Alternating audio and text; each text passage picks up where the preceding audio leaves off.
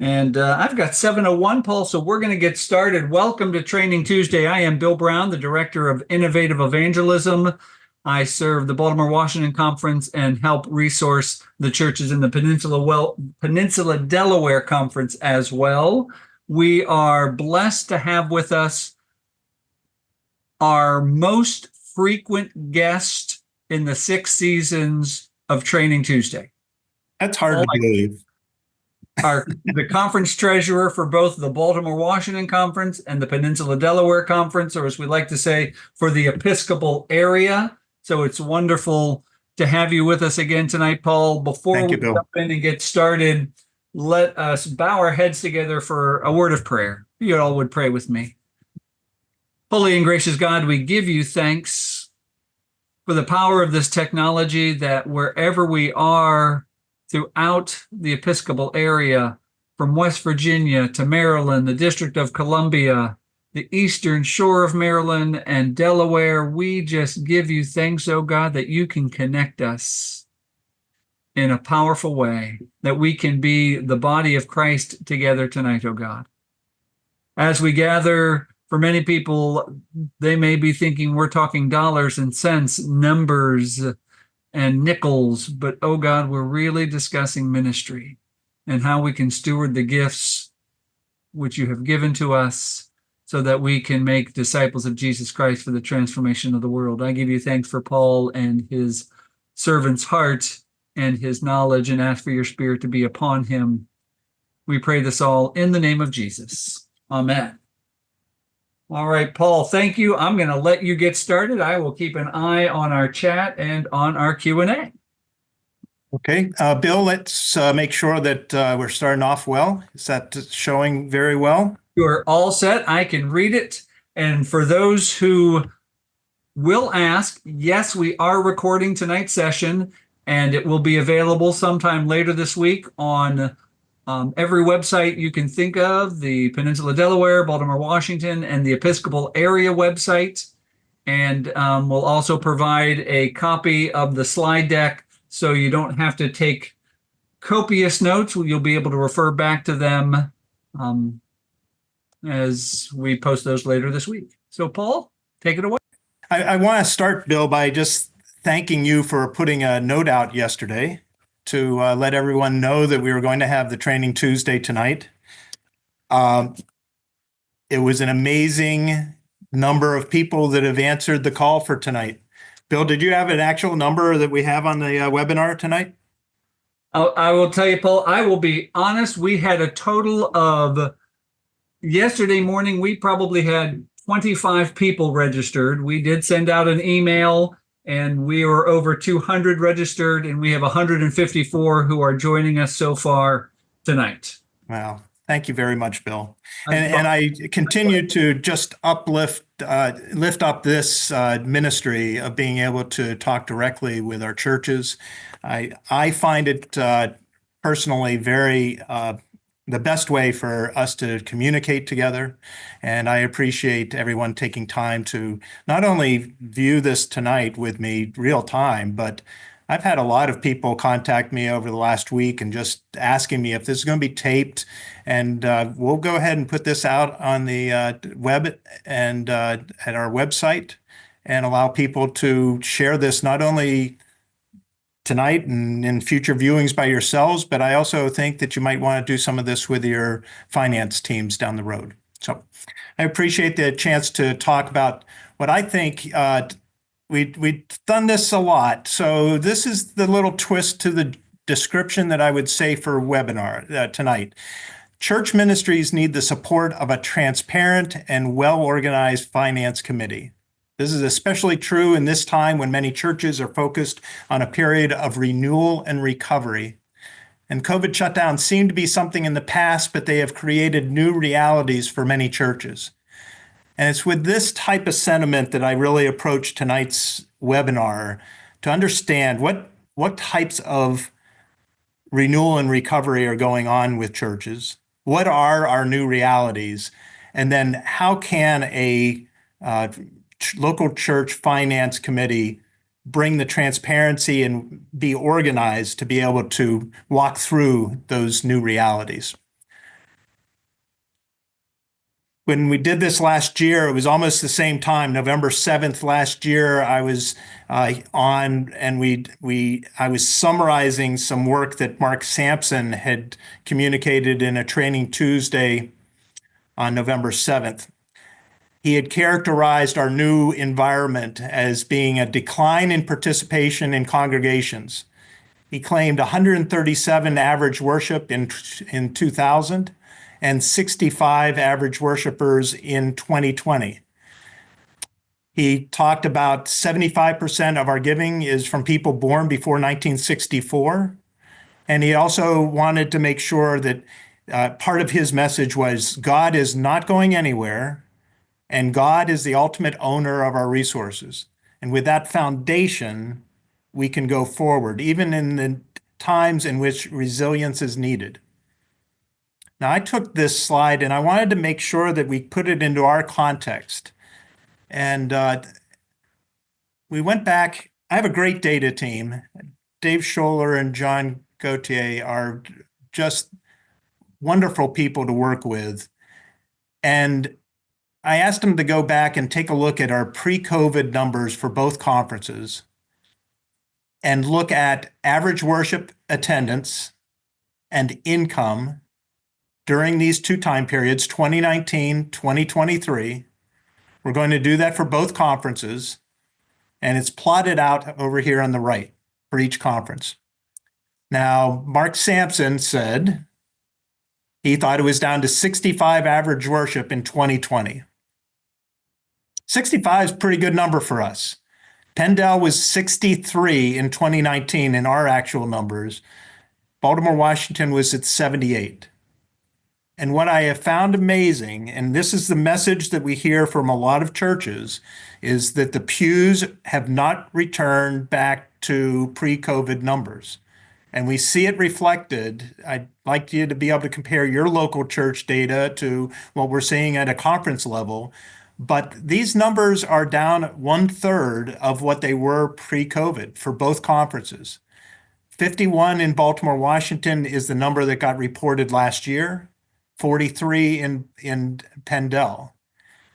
These are, when we look at these two, when we look at every year that's plotted, we're taking all the churches that year, what the aggregate average worship was, and dividing it by the number of churches that were active that year. So these numbers are not just the continuing churches. It has all the churches that were active at each point in time as we see this. Now, average worship down, a little bit of recovery over the last 2 years. In Pendel, staying rather flat. It's that dip has continued to fester in Pendel. But the interesting part that I found that was counterintuitive was what happened to our reported income by local churches for each one of these years, in which the decline that we see in our attendance is not directly correlating to a drop in income, especially at the aggregate level. In fact, Peninsula Delaware would say that they're almost 3% higher in 2023 than they were back in 2019. Now, there's a couple ways that I like to take a look at this data, and the one that I like to do is to take income and divide that by average worship attendance so that you can come up with, and I like to do this per week. So what I've done here for these numbers is I've taken the total income average for the church, divided by the average worship, and then I'm going to divide that by 52 weeks. And what it starts to show, I've always known numbers that were like $40 to $50 per week. These were the numbers that were very typical to see before COVID. And for both conferences, that average worship attendance giving per worshiper each week has gone up by 50% since 2019. I think there's a little bit of swing on this. I think there's some factors that cause this movement. First is, I don't know if average worship attendance was the same in 2019 as it was in 2023. It could be that people are still members of the church and attending less frequently than they were in 2019. That could be a phenomenon that's built into this 50% increase. But I also think that the people that we have in our congregations have found a dedication to their church. And by that nature, they have navigated this entire pandemic and recovery out of the pandemic by increasing their giving to the church that they have found so special over the years. And I think that is a fair amount of this 50% increase over the last 4 to 5 years. We also know that we're in an inflationary period, so the dynamics of what the take-home pay is, but also the expenses in a household, those are numbers that were not as flat as they were 10 years ago. And so that could be another factor in this. But Bill, I wanted to make sure that we had a firm base going into tonight that talked about the health of our conferences and getting the understanding that what we see in average worship attendance may not be the best indicator of what's also happening in our capacity on the financial side of our local churches. I would add, Paul, just for everybody's own self-knowledge, worship attendance patterns have greatly changed. And when people would say, how often do you attend worship? It used to be 4 times a month and 3. And right now, the average worship attendance is 1.2 times a month for a person. So you may not see, you may see more than the average that's listed, but not all at one time. So Bill, the best number that I see on this page is when churches report their total income for a given year. That's really the only solid number that really reflects the capacity of a church to continue doing ministry. And it's very interesting and counterintuitive to what I hear to understand that both conferences are as good, if not slightly better, than what they were before the pandemic. Well, let me go on to a couple things then. So we get this feeling that we're in a period of renewal and recovery. I believe that we're in renewal of people's presence in our churches is the biggest thing that I start to think about. But I do think that when you're in a period of renewal, I know a lot of people are like me and the numbers come first and they start thinking about everything becomes a budget.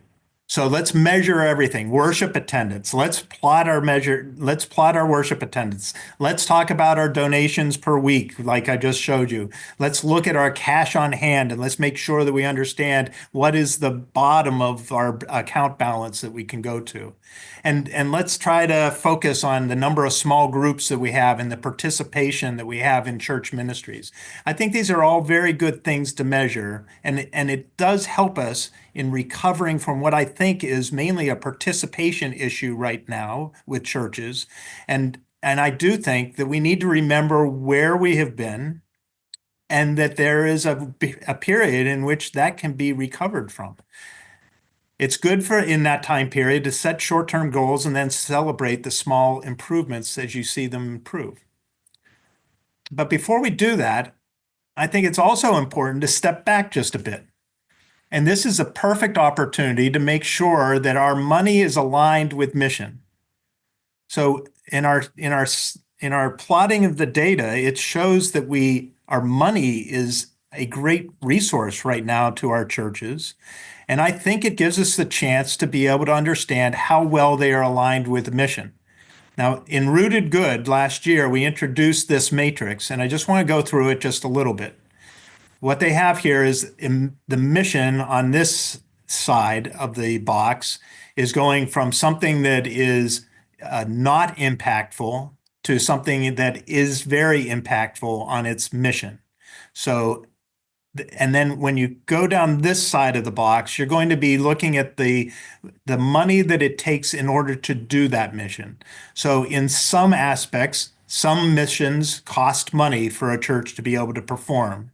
And then some ministries and missions actually generate income. So this is your matrix that we've got. And I would simply say that when we're looking at our budgets, let's step back and look at this type of a analysis of our missions to see what activities have the most mission impact. and I would be very specific. This is mission impact to not only your congregation, but to your community for which you are part of. And so the first thing we can easily take advantage of is to stop those activities that have a negative impact. Anything that's down in this end of the block, low mission impact, those are the ones that you can easily, before putting a budget together, say those are the things we should drop. And then you look at those things that you assess as being neutral.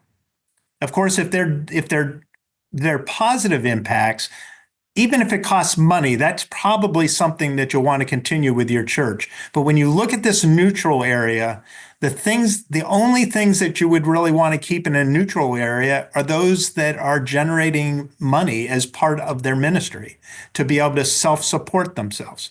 And then you just would look at that and you say, no, we're not going to continue those neutral impact.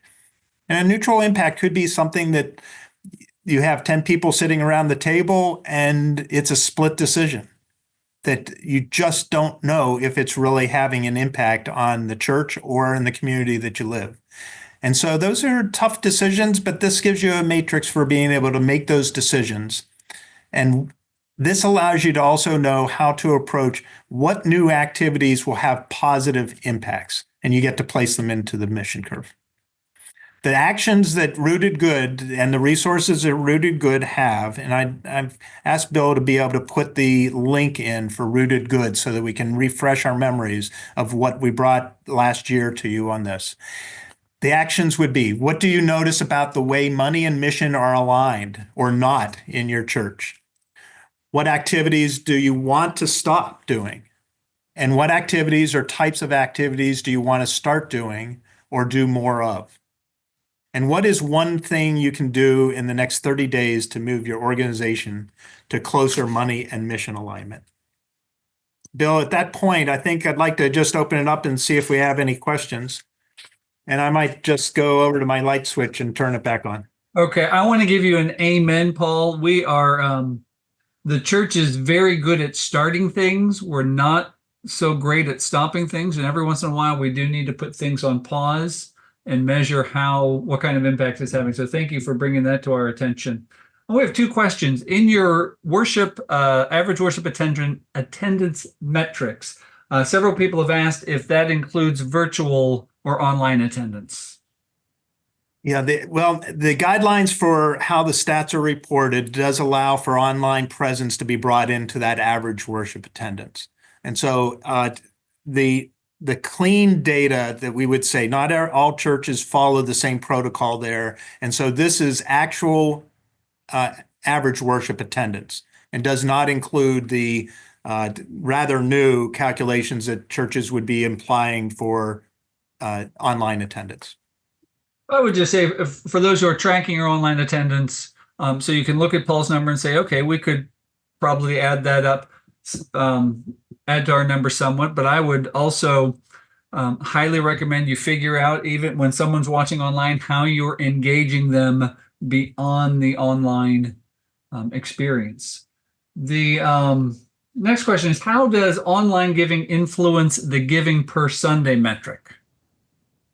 So does that include all forms of giving in the data you showed? It has all giving forms of giving. So the statistical data asks you for all different types of income. And there is one line in there that we take out when a church reports. There are sale of church assets that are also calculated in the statistical data. So we take that line out. So it's all other forms of income to a local church. Thank you, Paul. We might tag team on this answer. How do you measure mission impact? Is it the number of participants, number of people touched, amount of energy seen? How? I think this is lives impacted.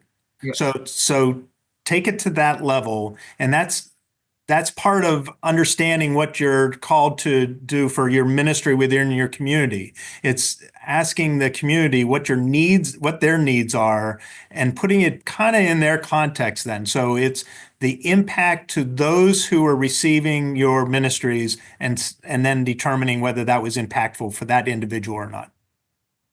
And I would add, I think something you said is very critical. We are very good at telling communities what we think they need. But really, what we're being called to do in this season is to actually spend time with the people who do not attend our churches in any way, shape, or form and find out from them what their needs, their hopes, their dreams, their pain points are so that we can address them. And then you can see how many lives are being touched.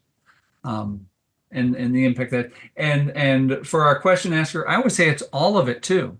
It is participants, it is lives being touched, it is the energy. I mean, if a ministry is draining your energy, that's not having an impact. That's having a negative impact. Somebody asked, do these metrics include the effects of disaffiliation? So it's an all-in number. We're talking about the graphs, right? So when the disaffiliating churches were active, they were part of that count. So many of those churches are active in the 2019, 21, up to 22 data, and then it's in 23. You don't get a report from any disaffiliated churches in the 2023 data. So the 23 is the best data to look at for ongoing churches. But prior to that. And the other thing that I can reflect on is that we did a lot of statistical comparison between the ongoing churches in both conferences and the churches that disaffiliated. And we saw that their average expenses of those churches were all the same.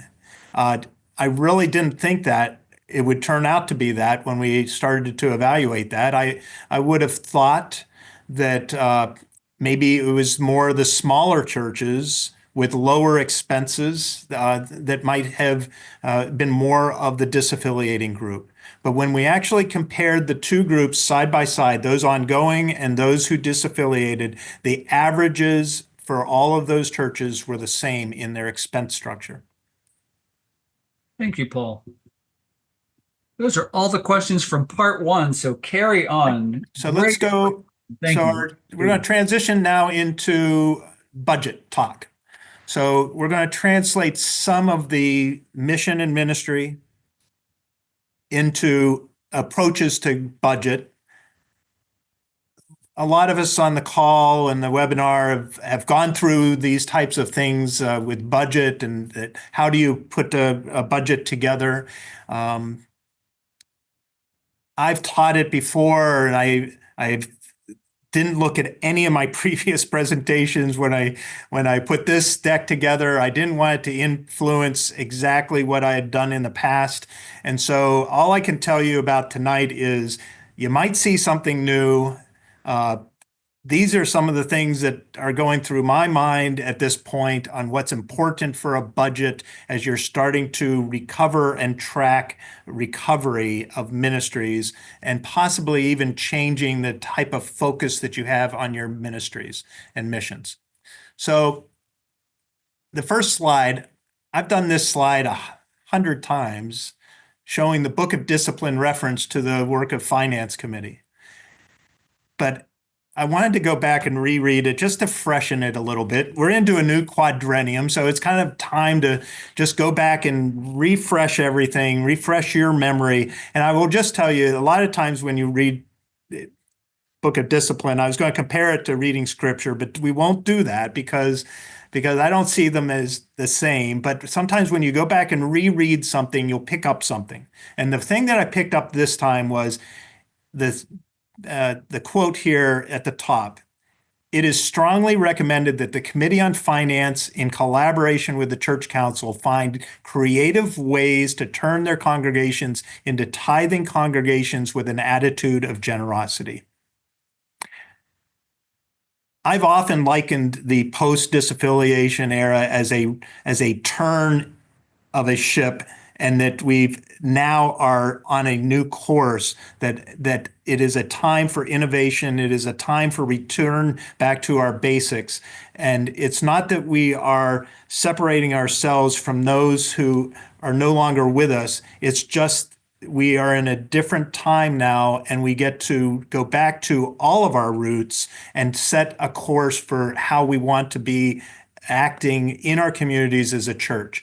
And I was glad that I found this quote, this verse from the discipline that says the finance group and the church council have this strong encouragement to find creative ways to turn their congregations into tithing congregations. And this might be the new message that your church needs to hear during this season of renewal. And so I'm glad that that popped out at me this year and reading this, and that I was able to bring that to you tonight.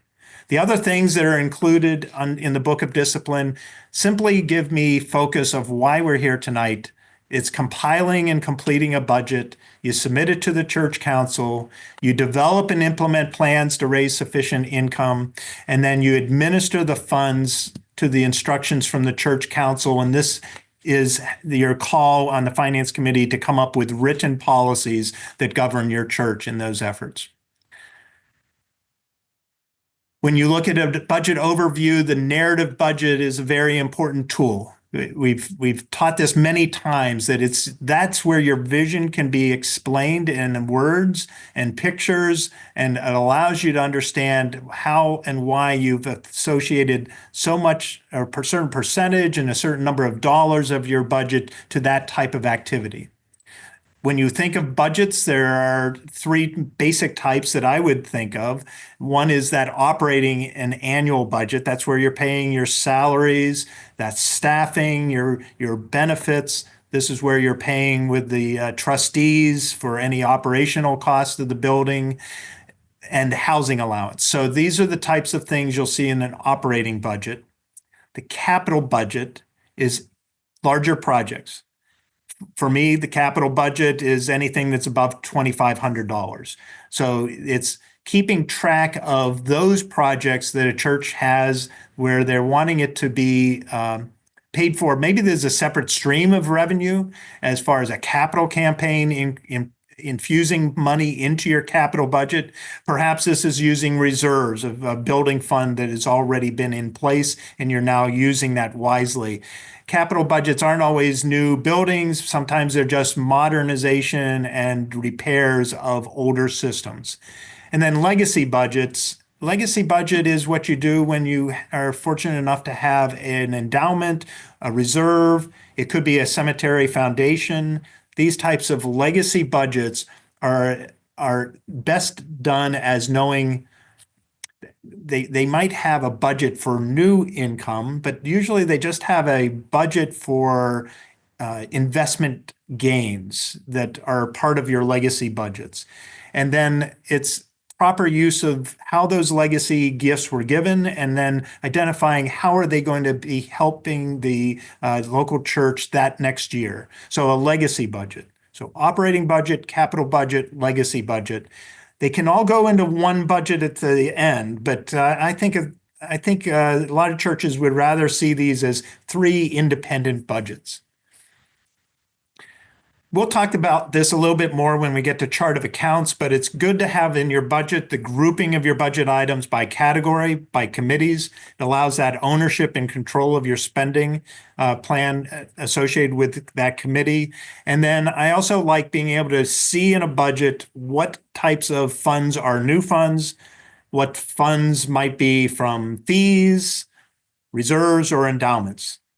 These are at a conference level. I know that conferences can put little footnotes on a lot of their budget line items to identify them as being from fees or from reserves. So I would look for those opportunities to be able to show those.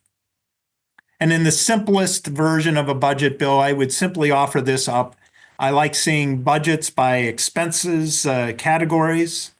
I like seeing a comparison of budgets, a budget versus actual.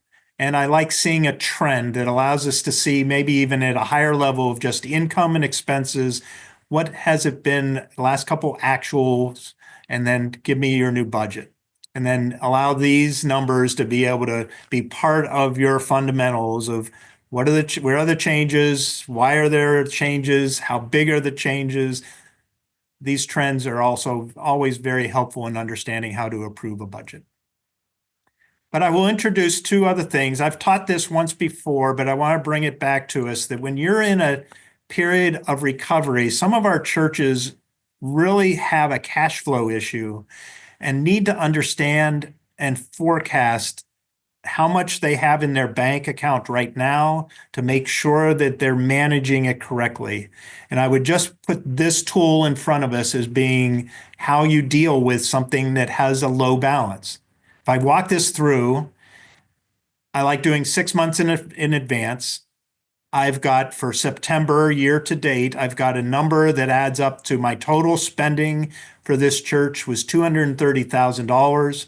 I had a total income of 237, so I have a positive for the year of $8,000. And I'm tracking my bank account closely because I only have $15,000 in the bank. So in this type of case, I'd like a finance committee to give me a forecast for where those numbers are going to be over the next 6 months. And what we're looking for in each one of these categories is the bottom line of whether you are forecasting each month that you're going to either lose money, like this forecast was for October, or whether you're going to make money, like in November. And making money adds to your balance. And then you get to see if you have any trouble areas over those next 6 months in this cash flow to understand whether or not you're dropping too low to be able to afford paying all your bills. Okay, that's a cash flow budget. That might be very pertinent for some churches. I also would introduce that a multi-year budget is sometimes good at this point in recovery as well, because you may be if it's not a sustainable budget right now, or you anticipate that there are going to be changes over the next 5 or 6 years, a multi-year budget is the right way to approach this, to say, I'm going to either phase in a new ministry or I'm phasing something out. And I put this chart in front of us. I pulled this from some of the activity that that the CFA in Baltimore-Washington was considering back in the 2016 as we approached 2019 and 2020 budgets.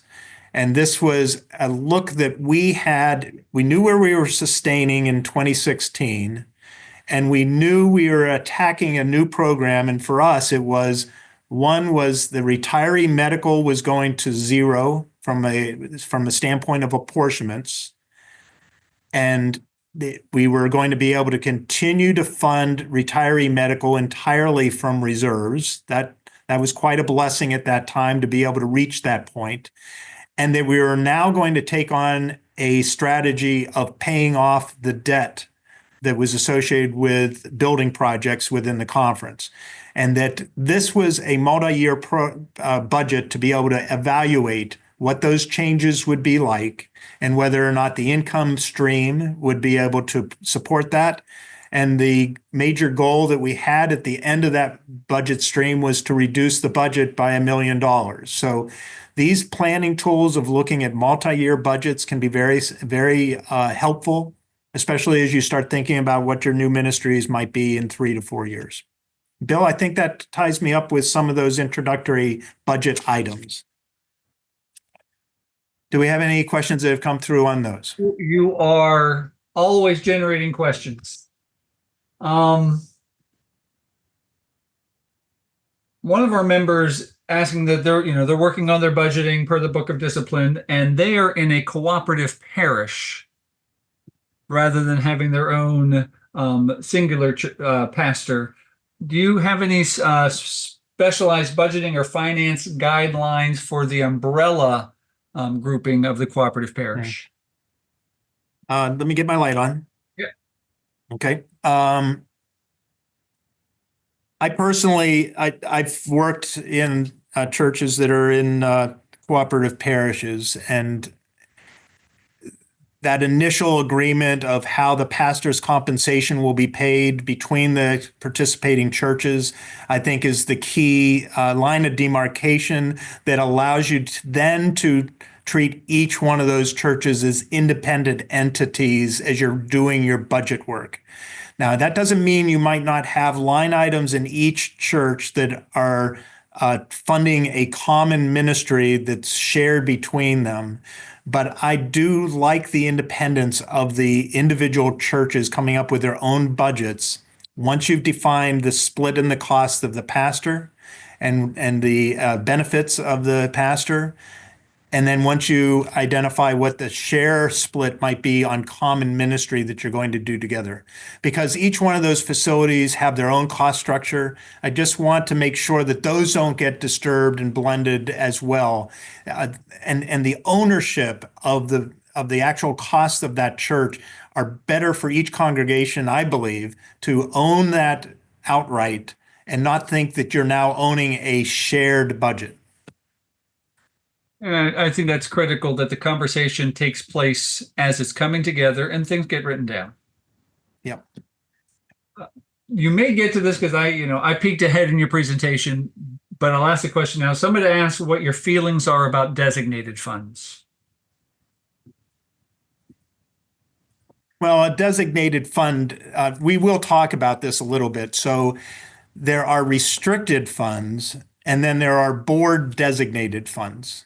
And so there's a significant difference there. And I might just hold that off.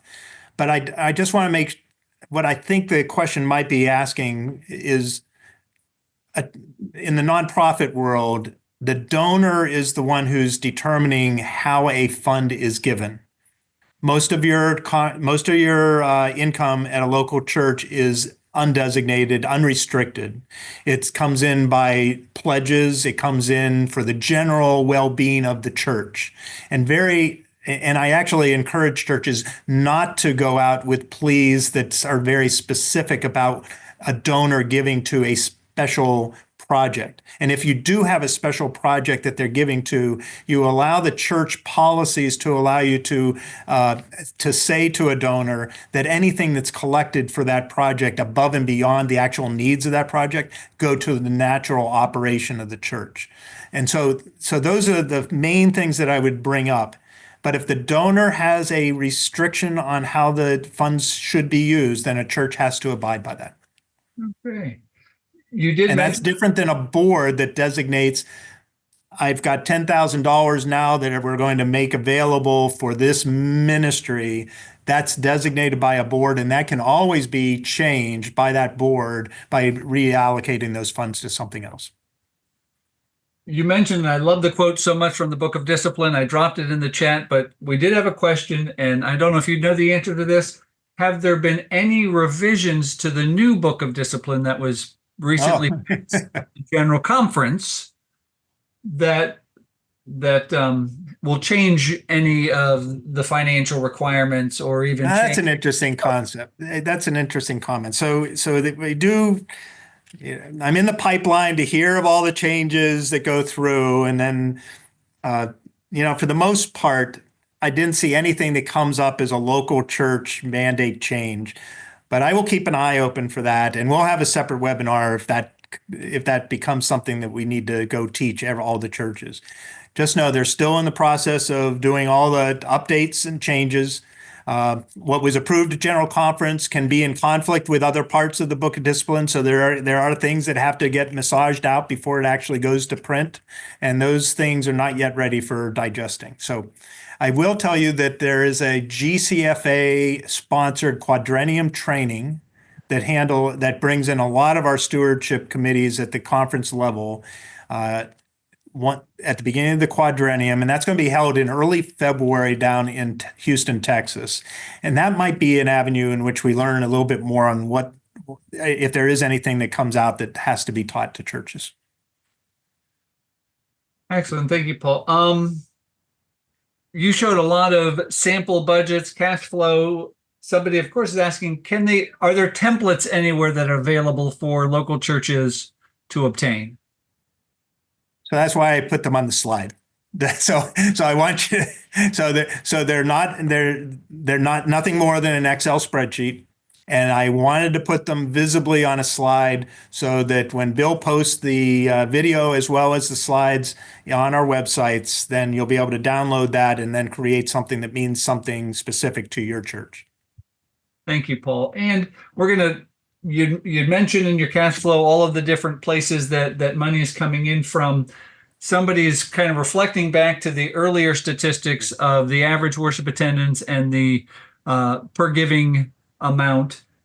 Is that from all sources, or is that per giving amount just what people are putting into the offering plate or giving electronically, or does that include building use, fundraisers? So that's a nice point. So that is an all-in number minus the sale of church assets. So if you look at the data table, number 3 in the statistical data, it will be all of those lines. And I think it's G that is a sale of church assets. We take that one out because it's so up and down each year.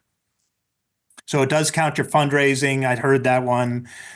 Building use, income. Yes, all mechanisms that churches use for funding their spending plans. Well, and as we like to remind churches, at least in my line of work with new church development, and redevelopment, you want to have multiple income streams. I'm going to ask the question, but kind of give it 2 parts. They're asking if the Book of Discipline has any requirements or suggestions for how much a church should have in their account prior to investing funds. So I don't know if the Book of Discipline does, or a best practice for should a church keep 6 months of operating expenses liquid, or is there another number that you can think of? Well, I will tell you this. I sit on the Mid-Atlantic Foundation board, and they will open up an account for a church as little as $10,000. So that probably means that $10,000 that a church has, that maybe they have another $10,000 in cash that's available. But a lot of this depends on what your monthly obligations are for a church.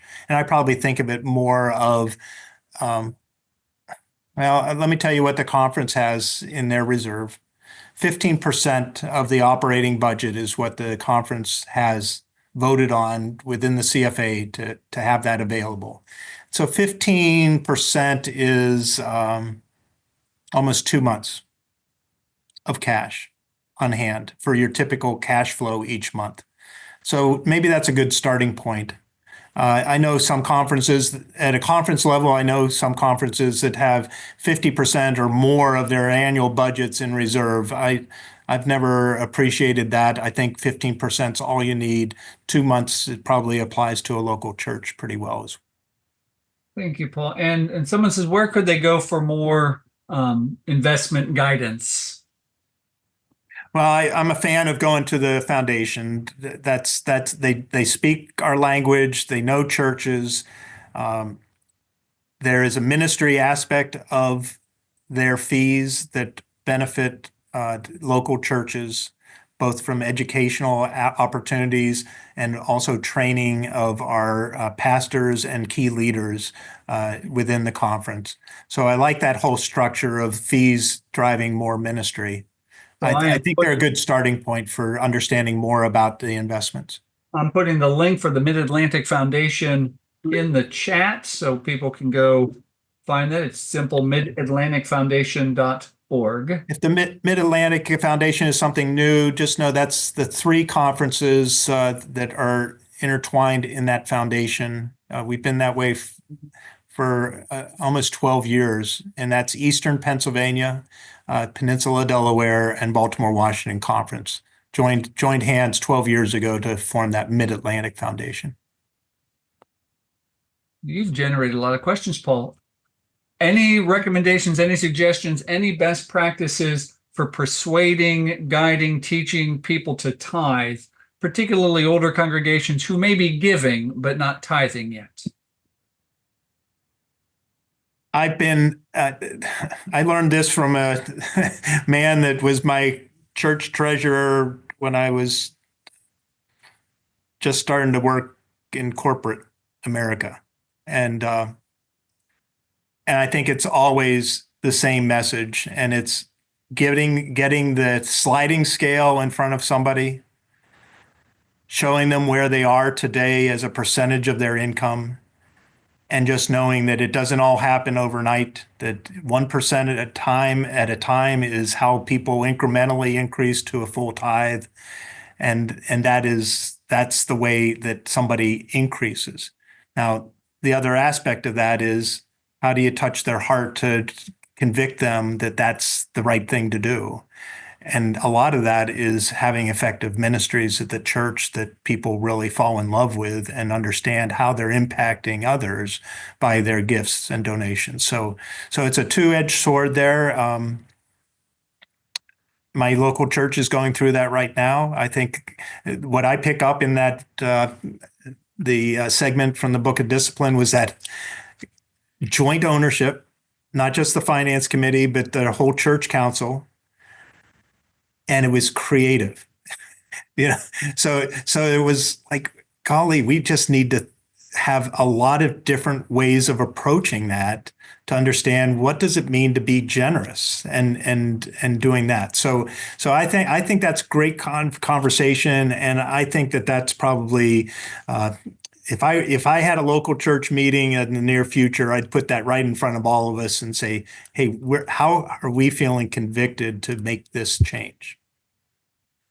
I had a similar experience when I first started in ministry. I had a church member just walk me through the scriptural and personal reasons why they tithe. And my wife and I have been doing that ever since. Somebody asked, what are some examples of the sale of church assets that you mentioned? It doesn't always happen. That's why it's so up and down and things like that. So when a church sells a parsonage, that gets recorded in the stats as a sale of church property. So that's what we're talking about. Thank you. Now we have one of our congregation who is moving into an affordable housing, affordable living project. And they're going to have to move out of their current building for 2 years while this project undergoes. And there's some fear about losing members, and there's fear about losing income, and there's fear about not being able to pay the bills, pay their mission shares. There seems to be fear. So they're just asking you, Paul, nothing difficult. What is your expert advice? They're going to be worshiping with another congregation. Is that correct? They're worshiping someplace else. They won't be worshiping in their building. I'm not sure where they will be worshiping. So I would just tell you that I have the experience with a building project when I had to relocate with our church for 2 years, and we chose to go to another church. And that was a special time. That other church was hosting us for 2 years while we were doing our project.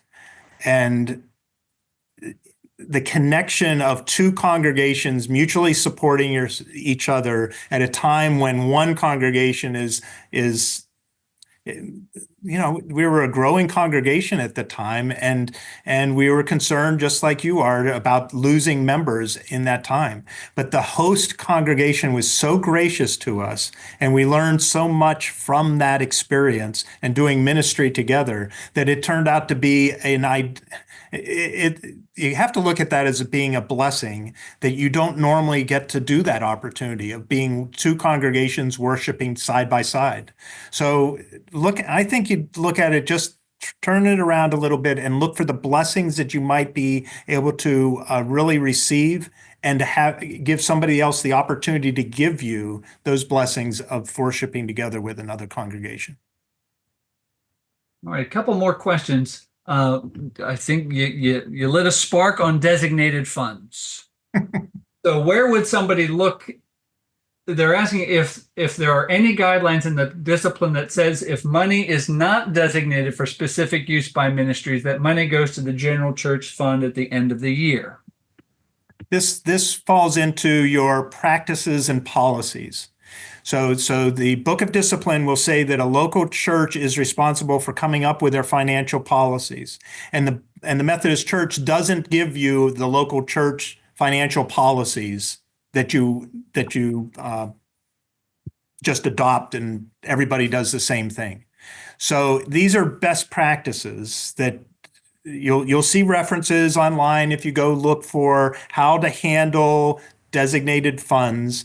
And so all you need to do is have a church policy. Some people put this in a bulletin. Some people do it on the ask itself. If you're asking for a project and funds for a project, all you have to do to make sure that everybody in the congregation is aware is to say that if you collect more funds than what are actually needed for your project, then the remaining funds will go towards the operating fund. And as long as you make that public and everybody who's donating into the project knows that terms, then you're covered. And so this isn't a book of discipline thing. You need to look at this as simply your church policy that you've adopted and accepted. Sticking with some designated giving questions, if a church finds themselves in a financial challenge, can they draw from, for example, their memorial committee funds? Restrictions are restrictions. So borrowing from borrowing from restricted funds is the way a lot of churches get into trouble, because you can't pay back the restricted funds. So don't do that. Just don't do that. Never a good case for why you want to borrow from a restricted fund. And we're going to stick with restricted funds. How long do you keep a restricted fund? This particular question asker says they've had restricted funds that have not been used for 3 years or more. How long do they track those, or how do you unrestrict it? I've got a slide on that. Okay, we'll get to that. And last but not least, back to your example of you sharing a church space. Yep. Did you share a pastor? We had 2 pastors hanging around. So each congregation continued to pay for their own pastor. Oh, yes. There's no change in the appointments when you have a building project. Now you still have your same cost structure, right? You're just sharing space. Sharing space. We actually chose to worship together. You could see situations where you didn't worship together because of space constraints or other reasons, but we chose to worship together, and that was quite a blessing for everyone. And I said last but not least, but I was incorrect. Somebody, one of our question askers is their church is in the process of drafting a set of financial policies and procedures. Can you point us to a resource that would have a good example set that they could use as a starting point? Send me an email, and I have 3 or 4 samples: small church, big church, 1-pagers, 50-pagers. I'd like to be able to share that with you. So if that's where you are, then that's a good way to do that. But I would also say the way I find some of these is simply to Google United Methodist Church finance policies. And the 2 that I actually have that I've kept around for a long time are from Arkansas. So they're all public knowledge. And what I like doing is just seeing how different people have created different policies and see if they fit your situation. And I am putting your email address, Paul, in the chat, so you can continue with your next section, please. That's great. The other way I like talking about policies is don't go overboard. Just do what you think you need to do. Even if it's a 1-pager, it will mean more to the local church if your 1-pager actually addresses items and concerns that you've actually lived through.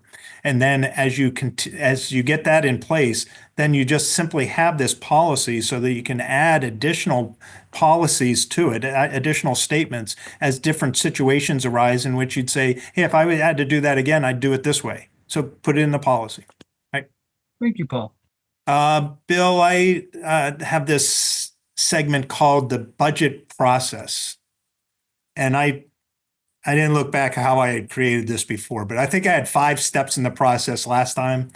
I ended up with 5, but I don't think they're the same names by any means. So I'm going to call them prepare, approve, manage, analyze, and change this time. And let's see if you pick up anything new as we go through this. I have a slide for each one. So in the prepare, I say you check your alignment with missions. That comes from our first couple slides tonight. We're going to review your long-term goals, especially ministry and financial recovery goals. So that could be like your 5-year plan that you're going to go consult that to see where are you in that plan? And that's part of your preparing for this year's budget. I'm going to develop income assumptions. I think it's always right for a church committee to assume the assumptions for your pledges, plate, fundraising, use of reserves. Do that as your first exercise in preparing so that I like that to be done first so that when you get to the ministry side, your ministry really is coming into the context of what everyone has agreed is the affordable and the doable and the income assumptions that everybody has agreed to, independent of knowing what the different ministries are. And then you're allowed to then go and obtain the expense input from your ministry and stewardship teams. And then you probably have, at least my experience with the conference budget is always that the ministry and stewardship team requests are always greater than the assumptions. And then we spend a month or two going over all of the inputs and discussing where is it appropriate to cut those back down so that they fit all within the assumptions. Very rarely have I followed a budget process where the assumptions are the things that get changed to close the gap. Okay, so that's my prepare slide. The approve slide, simple book of discipline, that this is your finance committee, this is the group that votes on those items that are coming before the finance committee. And this is the only reference that I'm going to make to this in this tonight's presentation is these are your members in the finance committee, and they oftentimes look like your board, the church board. And so just make sure that you have all of these people present when you're voting on some of your major activities. For those who have heard me talk more about what the finance committee obligations are and those types of things, I think of this large group being there when you approve the assumptions, and I think that this group is there when you approve the actual budget. Those are the two places where all of these leaders are needed. I think mid-year, this large group needs to all be present when you're thinking about what we're going to talk about, changes to the budget, mid-year projections, year-end forecasts, all those types of things that might change your budget or consider spending plans to meet your budget. I think this full body needs to be there for those types of activities. When you talk about other activities of finance committee, I don't mind those being done with a smaller subgroup, maybe called the executive committee for finance committee. That might just be the finance chair, the pastor, and perhaps two members of the finance committee that don't have a position. But a smaller group, I think, can meet with the treasurer and go through the month-to-month numbers to understand exactly how those are performing and whether it's on budget or not. Okay, we'll keep it at that for the budget process. Then manage. Types of things that I like to think about when I think about managing the budget is a lot of folks won't jump to forecasting. I think it's critical for a finance committee to forecast both your year-end income and the expenses. And you do that on a monthly basis so that you can start to see whether or not you're running into trouble before trouble actually materializes to the extent that it could. That allows you to adjust your spending plans. And so a spending plan is the second one that I think of is a discipline that you would use to manage your budget. And when needed, I would establish a mid-year, May, and an end-of-year spending plans to reduce expenses to respond to forecasts of income shortfalls. So before everybody goes on summer break, you come in and take a look at your forecasts. And if you have a shortfall, you know before everybody goes on summer break where you think you're going to curtail some of your expenditures in your budget in order to make sure that it doesn't overrun when everybody gets back in the fall. And then on the year end, it's also good to have a spending plan. You don't have as much impact in October as you can in May because you have less months to be able to react to it. But nonetheless, a spending plan in October sometimes is very viable, especially if you know of large expenses that might be coming in November and December. The last item I have for managing is the technique of using a year-end fence list. A year-end fence list is established that identifies those expenses that can be made in the last month if the forecasted income and expenses hold true. So it's simply, I'm doing this with the CFA in BWC tomorrow. We're going to be reviewing our year-end forecasts. There's a fence list that we're going to tell them about. Here's the fence items that we have that we don't have to book this year, but we might book them. One of them is a payment into a building replacement fund.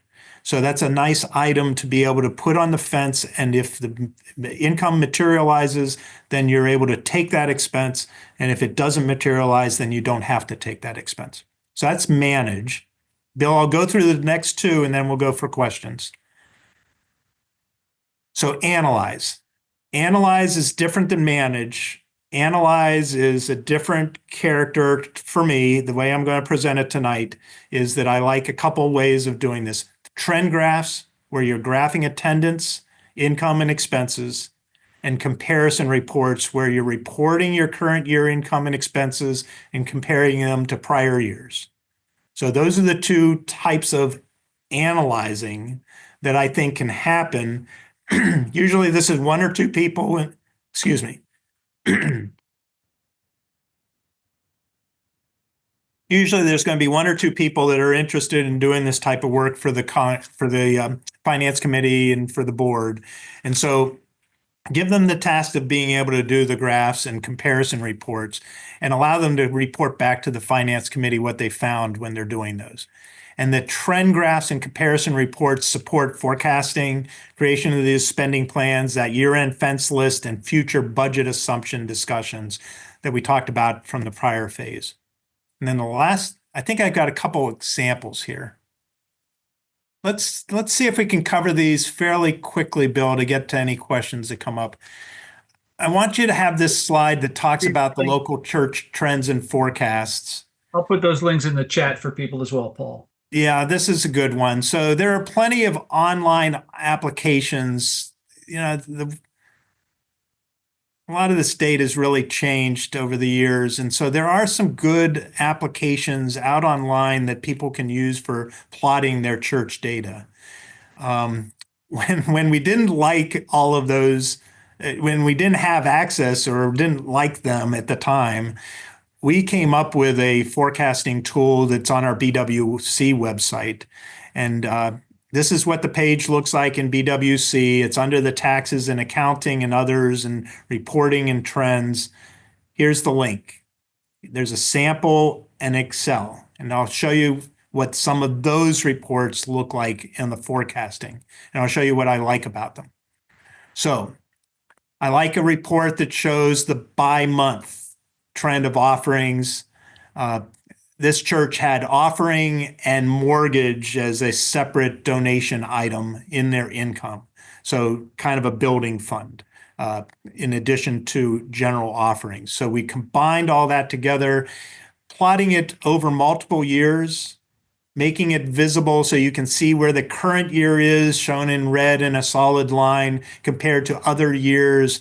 I like a table that actually shows the actual data points under it so you can see the numbers that are associated with the graph and kind of know the significance of these. Seeing those monthly trends allows you to understand, why is that so high? Why is this so low? Keeping a year-to-date income graph allows you to see what all this monthly data meant to you. This current year at the time was the lowest of record for at least the last 5 years for this church, and gave you a chance to see where do you think you're going to be projecting. When you know you're slightly below this prior year here, you know you're on a pace for a slightly lower at the end of the year. So it kind of gets you a physical reference to be able to understand what the forecast might be. Okay, weekly attendance. Always nice to have an attendance graph to be able to go with a data table that a lot of churches might already obtain, and showing the differences from one year to the next. I've seen attendance graphs diverge greatly, and then you go back and you understand what was the incident, what was happening at the church at that time. This is where you like to see that type of change. And comparison reports, I just give you an example here for your records to be able to see what I think is a nice comparison report where you're able to see the current year. This is 2020 data. I will tell you that we were doing some real in-depth church analysis right as COVID was hitting. And then since COVID hit and we got into PPP and scouting and disaffiliations, my bandwidth for doing this type of work with local churches kind of fell off. But I'm trying to work with the Mid-Atlantic Foundation right now to be able to get this type of analysis, a team of people that can do this type of analysis for our local churches. Because I think it's very good for us to be able to see comparison to budget, comparison to the year prior, and then a little bit of your historical data all on one page to be able to understand some of this data. So that's a good example of a comparison report.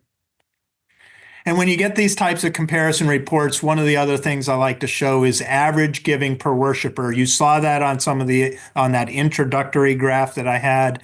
I like being able to show the average worship attendance and the giving all in one plot. It allows you to formulate some strategies on are we optimizing the gifts? What does a 1% increase in giving do for our church gap? These are the types of things that might come from that type of analysis. And the last thing I have is just to talk about changes in a budget. I've never really identified that as a separate stage, but I think it's significant enough that I wanted to draw this out. Many finance people will support a process where the budget is set and then never changes. And in this case, spending plans can often be used to manage the year-end performance. That's an example of a conference budget normally doesn't get a change introduced to the budget. They'll just say, we're going to have a spending plan. This is we're going to ask discipleship ministries to reduce their spending by this type of percentage. We're going to need to cover some bills that showed up in the operations, maybe some physical plant costs. And that's how we're going to cover that increased cost to whatever snow removal or something like that. However, I believe there are good support for changing a budget in at least two situations. The first one I'm going to give you is when you have a small church budget. I have found that I thought a small church budget worked very well when you run into an over expenditure in a line item. I've liked it when a church sits around the church finance committee and the church council sit around the table and say, we're going to take money out of this line item and we're going to put it over here to fund what we already know is an over expenditure. And by making that change in a budget, I think it strengthens the resolve of the finance committee that they've got this covered, and there is an understanding that that group that gave up the money will not spend it. And sometimes if you don't make that budget change, you just wake up at the end of the year and everybody spent their budget and now you've got nothing but over expenditure. So for a small budget, I like that. And then the other one is when cash flow is very tight, changing the budget when there are over budget expenses could be the best tool for managing that situation. That cash flow example that we gave, pretty good example of that, Bill, and where that might help. We're doing pretty well on time, Bill. I've just got a few budget topics at the end, but why don't we break for questions and then we'll get to that last bit. We do, and I think some of them hopefully are easier. On one of your slides, slide 17 to be exact, you list out the disciplinary requirement of the Finance Committee and who is on it. We do have a number of our congregations who are using the single board model or the one board model or the simple accountable structure. How does that work with some of the disciplinary requirements? Well, I think your work when you go to the unified board, you'll be working with your district superintendent and you'll understand who's covering certain book of discipline responsibilities. So some of that comes out simply from that. And it could be that this one board simply has a finance meeting first for adopting some of these items, and then they go into the rest of the agenda. So a lot of times, even in churches that don't have a unified board, these are the same players that are attending both meetings. And I've often had that conversation with churches. Well, then just have the finance committee first, and then go into your full board meeting afterwards. And that's a great way for people to wrap their heads around it. With the single board, the one board model, um, you are all of it. You are the finance committee at that time, or the trustees when needed, or the SPRC when needed. So you're handling it as a board of directors almost. Um, Several people have asked your opinion on doing a fiscal budget starting on July 1 and ending June 30th. Does that take out the Christmas effect? Is it better able for congregations to manage fences? Do you have an opinion on calendar budget versus the fiscal budget? I don't have an opinion. I, Okay. I can understand the logic, perhaps with the new appointment and pastor cycle being July 1st. So some churches I think could liken up to that. But I think you can make either one of these work in the situation. And there's no right or wrong on these two answers. Last question that's come in is on, I think it's slide 23, when you're giving some trends and you have trends and forecasts and you have listed offerings and mortgage, and underneath that year-to-date income, someone just asked how mortgage is considered income. I was explaining that as being what the church called mortgage income is what a lot of churches would have called their building fund. And Okay. so that was one of their line items in their giving, and they were tracking them two separately. And I wanted to track them together because I didn't think that I mean, it's showing the full capacity of a church to show both of those together as total income. Thank you so much. Um, We'll get to that one, Bill. Let's go through the last topics and see if that. topics and continue. Thank you, Paul. Okay, so a couple topics hot on the discussions with churches. So just want to know if you're in the business of doing chart of accounts. I've got some samples. I've been carrying this one around for a long time. I just changed the date on the top to make it look current. But I've always liked this one that talks about how it groups income and expenses. And just know this could be an avenue for a project for a finance committee if they really don't like what they're tracking. Biggest thing that I would advertise is to make sure that you're grouping them by funds. So like committees can be thinking about their total budget, worship team, leadership equipping. I like being able to identify a committee who's responsible for a budget and authorizes the expenditures that are being paid by the treasurer. Okay, next one, topic. Typical breakdown of church expenses. It is remarkable, I believe, to take a look at the ranges that churches have for staffing expenses, program expenses, and operating expenses, and to think that no matter whether it's a small church or a large church, there's a range, and I've now called it a recommended range because you see this repeated so many times for churches that they take a look at their staffing support. So it's pastor and any church staff, 55 to 60% of a budget is typically a good number for you to be able to say that that is a healthy budget if that's what you're putting towards staffing costs.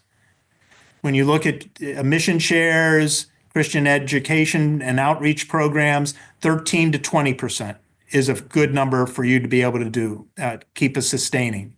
And then you've got operating costs primarily with your trustee maintenance and utilities, but if you have a mortgage, it goes in here as well. So 20 to 36%.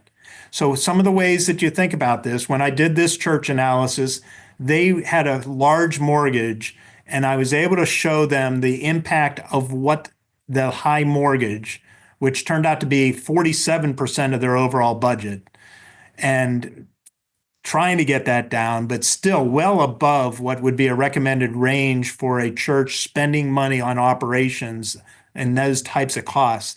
And we could show them that they're about 47,000 high on operations costs. And that 47,000 high is ministry that could have been put towards staffing or program costs. And it caused them to be low on program, and it also caused them to be low on its total staffing. So take that slide and see how that fits on your church budget and see if you can start to explain some of the dynamics that you've got in your church. I usually start with staffing costs first, 55 to 60. Great place to see if you're in a sustainable point, and then go from there and see what other areas you've got. Okay, that's the second point that I wanted to bring out. I've been addressing some issues with payroll liabilities lately, and I wanted to bring a slide that talked about this. It's important for the finance reports of the church to be transparent about the payment of withholdings from payroll that have not yet been paid but to the IRS. This is set up as a payroll liability on the balance sheet. And a lot of churches don't set up to see their asset accounts like this and a liability. So in those cases, it's making sure that you're aware of questions that need to be asked. But the fundamentals of what's happening here is, first of all, I'll start with the pastor. A pastor has the option to ask a church to withhold federal income tax payments out of their pay. It's not a requirement, and your church and the pastor actually gets a choice as to whether or not to implement that at the church. A lot of pastors will actually choose to just pay me my salary, and I will care for all of my tax payments. But a federal income tax can be withheld from a pastor's pay. If it's held by the church, it has to be paid to the IRS. So that's the key in that element.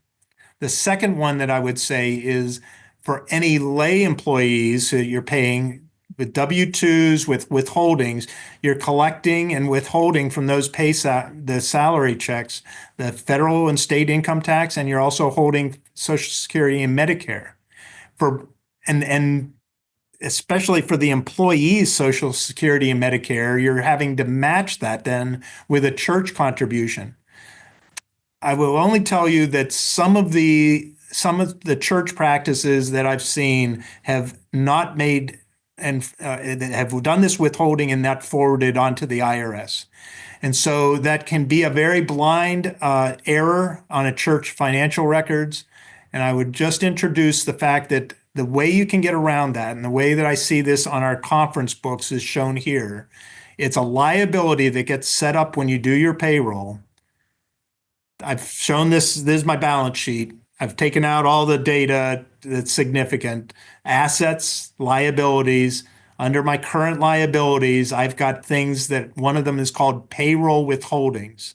And this is keeping track of my payroll that I've held that I have not yet paid off to the IRS. And that becomes a line item in my reporting that for the conference level for this month, I owe the IRS $870. So I just want to make sure that you're seeing that. This is the pain point on this slide. $6 billion in employer penalties have been assessed to businesses that do this incorrectly. And I see this in our churches every once in a while. It's very painful when it occurs. And because the IRS doesn't audit the church books very often, this can be an error that's going on for 5 to 6 years at a time for a church. And then you can get to church bills that are $50,000 to $60,000 in bills. So I wanted to bring that out tonight just to see if that echoed with anybody at a local church situation. And the last one that I have, I think, is going to just be a little bit on this restriction. So I've got a couple slides on this. As we close, we are dealing with nonprofit accounting. Donors are able to make donations in that are restricted for a certain purpose. You try to make sure that that's truly needed for the operation of the church, and unrestricted donations are the norm. And very rarely would I want a church to receive restricted donations that can't be also, at the end of that project, be moved directly over into the operation of the church. But many churches' legacy is that they've got a lot of accounts that are restricted and they don't know what to do with them. So we're going to go through that a little bit. The terminology that we use is called without donor restrictions and with donor restrictions. CPAs changed this a couple years back. So this is the simplified language to talk about restrictions. I want to differentiate that from designated funds. Designated funds are unrestricted assets voted by the local church council to be used by a particular purpose. Or for the purpose. The stipulation can be changed by the local church council. So that's the language that I want to use in this, is restricted by the donor, designated by the board. And this is how you go about changing it. These are statutes. You can find these in each one of our states, called the Uniform Prudent Management of Institutional Funds Act. Every state has adopted a certain policy, and it's simply, I'm going to generalize here on what DC has a different one, Delaware, Maryland, West Virginia, but they all deviate like this. You are able to deviate from the restriction with donor consent. And if you don't have donor consent, then it requires the Attorney General's office to receive your request to unrestrict those donations, and you give the Attorney General's office the opportunity to comment on your wanting to unrestrict those funds. You won't always hear back from the Attorney General. This is what churches have done when they have a large building fund and they know they're not going to go use the building fund. But there is a formal process. If you're interested, we can walk that through with your church to be able to understand more of the details. But the guidance that they give you, the Attorney General's office will accept this pretty much without a response if you're talking about restrictions that are less than $25,000 and older than 20 years old. Those might not get a response from the Attorney Generals.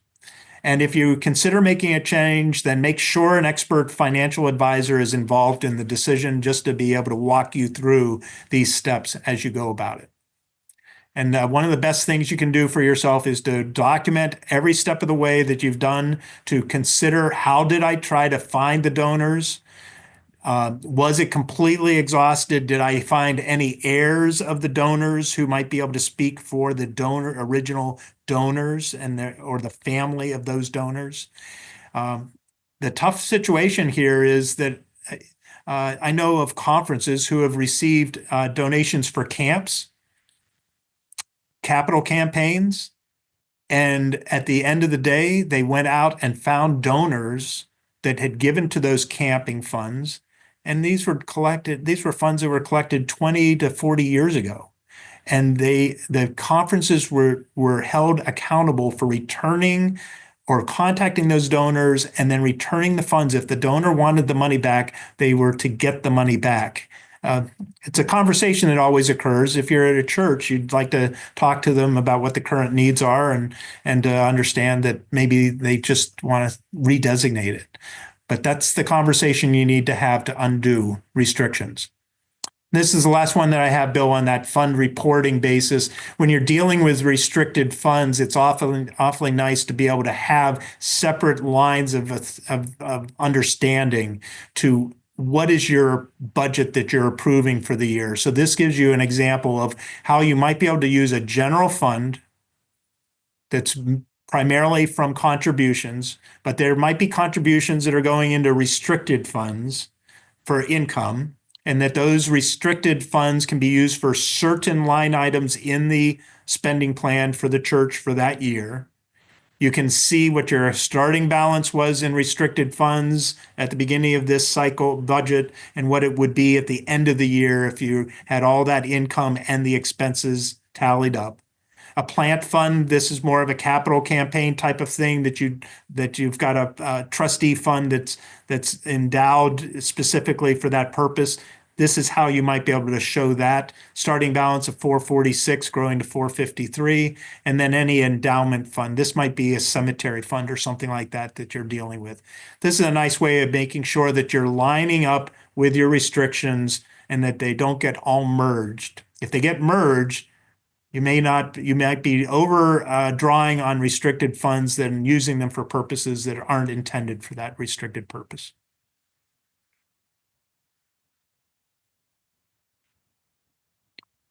Do we have 5 minutes worth of questions, Bill? Yes.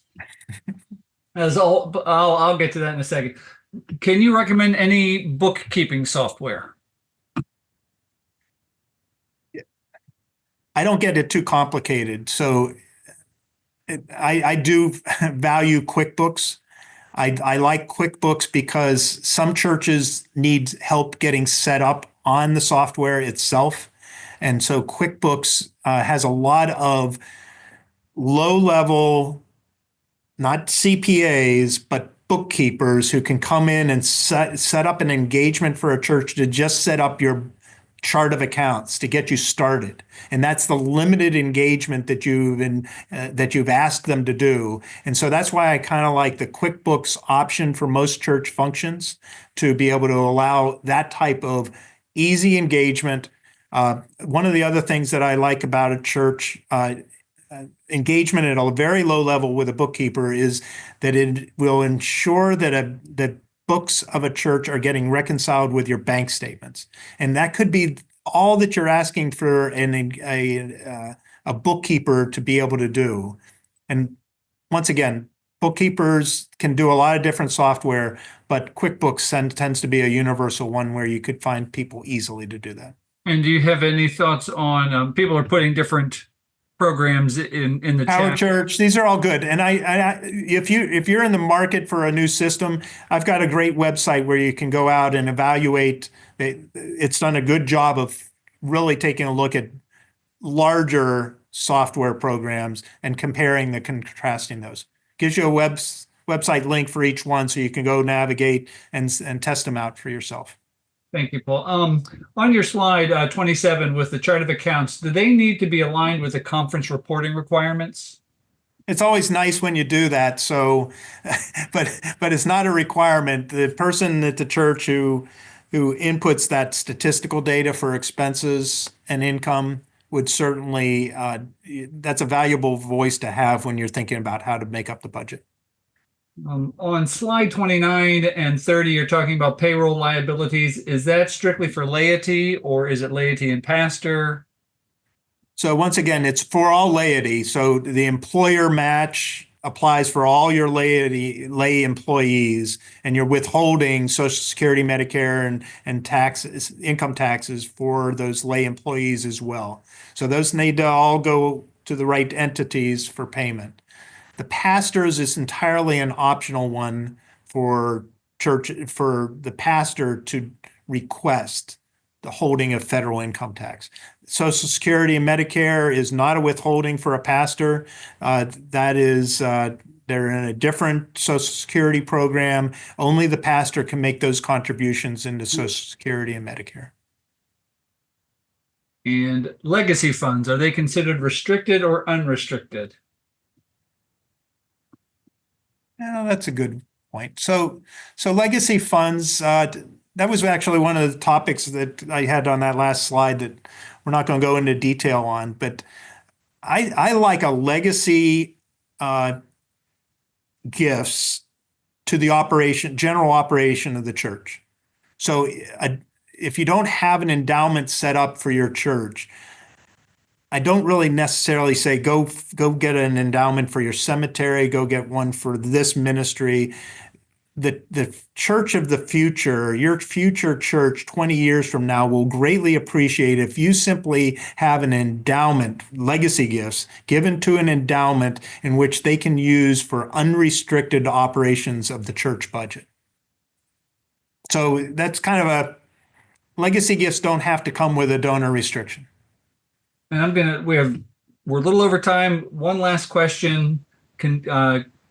Dealing with bonding financial officers. Who is responsible for bonding the financial officers in a local church? Is it the local church, or does the annual conference maintain a bond for those financial officers? How is that?